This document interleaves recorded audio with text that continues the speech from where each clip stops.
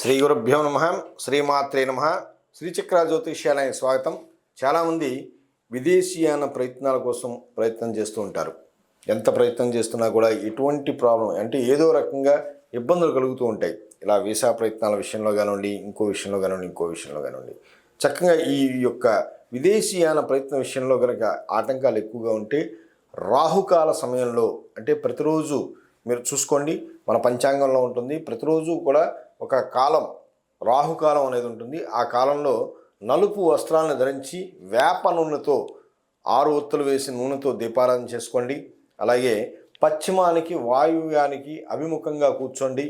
అలాగే ఇంద్రుడిని ఎక్కువగా ఆరాధించడానికి ప్రయత్నం చేయండి.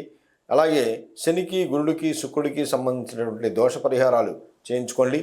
అలాగే ఓం నమో శక్తి రూపాయ మమ మనస్సంకల్పిత కార్యసిద్ధిం కురు కురు స్వాహ అనే మంత్రాన్ని ప్రతిరోజు చేసుకోండి. ఈ యొక్క మంత్ర జపం మీ ఇష్టానుసారంగా 27 నుంచి 58 అలాగే 108 సార్లు చేయడానికి ప్రయత్నం చేయండి.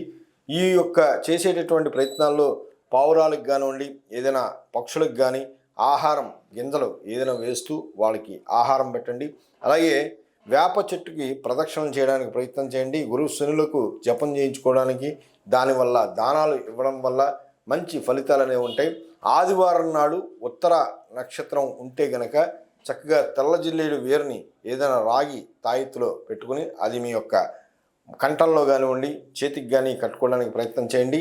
ఇలా చేయడం వల్ల పశ్చిమ దిశగా నిద్రపోవడం వల్ల కూడా మీరు అనుకునేటటువంటి మనస్సంకల్పిత కార్యం విదేశీయానం దిగ్విజయంగా నెరవేరేందుకు అవకాశం ఉంది. శుభం భూయాత్.